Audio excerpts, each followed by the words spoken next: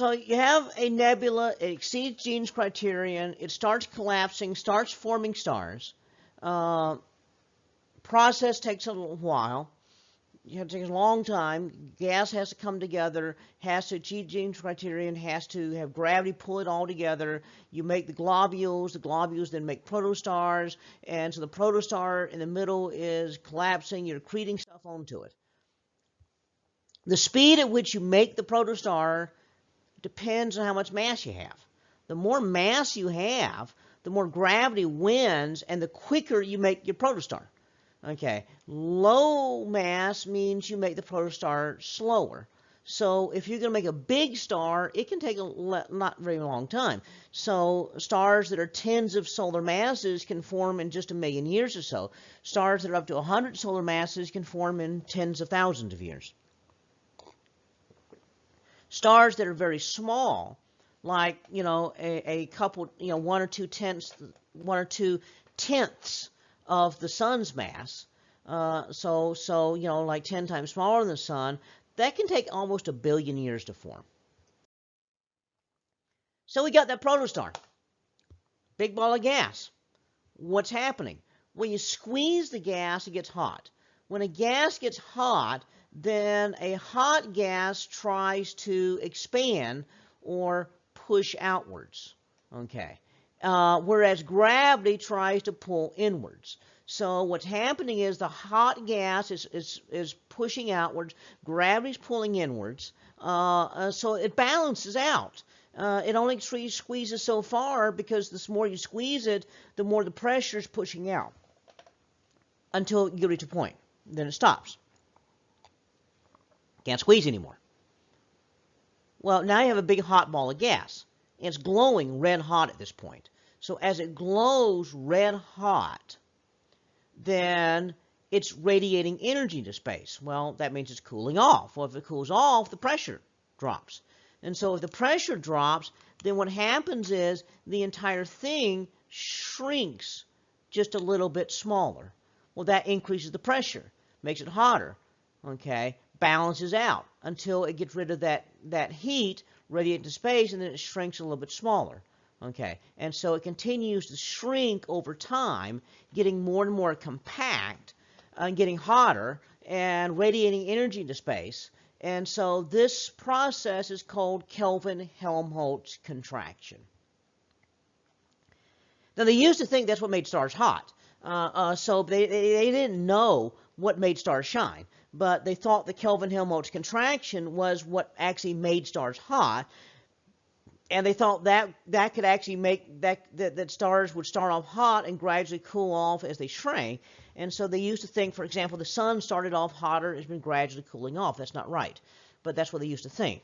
And so this Kelvin-Helmholtz contraction really can only keep going for so long, and then it's got to give way at some point. For really, really big stars, they get so hot they will actually ionize the gas that's near the star. And so that gives you this what we call Stromgren sphere. And so the Rosette Nebula is an example of that. You have the sphere in the middle in which a really hot star in the middle is ionized all the gas, and the gas outside that Stromgren sphere is deionizing and giving off light.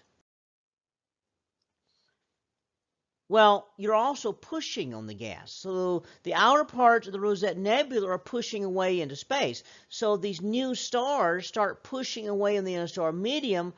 And if you push on the interstellar medium, that tends to compress the interstellar medium. When you compress the interstellar medium, you start making new stars. When you make new stars, those stars tend to light up and then push on the interstellar medium. And then that creates another shock wave here in which you're compressing the interstellar medium, making more stars. And so as time passes, you start, making more stars. So you have an old star cluster where this happened before, and it created another star cluster, creates a new cluster in the process of forming, which is then compressing to make more things. Actually, down here is Hubble telescope view of a star with compressing shock waves around. Okay, and we can see these shock waves in the vicinity of other other brand new stars. And in fact, you can actually start pushing away the interstellar mediums. These are some famous pictures here the Hubble telescope took in the nebula M16, where up to the right of the picture are some hot stars, and they're pushing away the interstellar medium, except where the Mach globules are, which are blocking the push. So at the tip of each one of these pillars is where you are in the process of forming stars. I just like that graphic right there.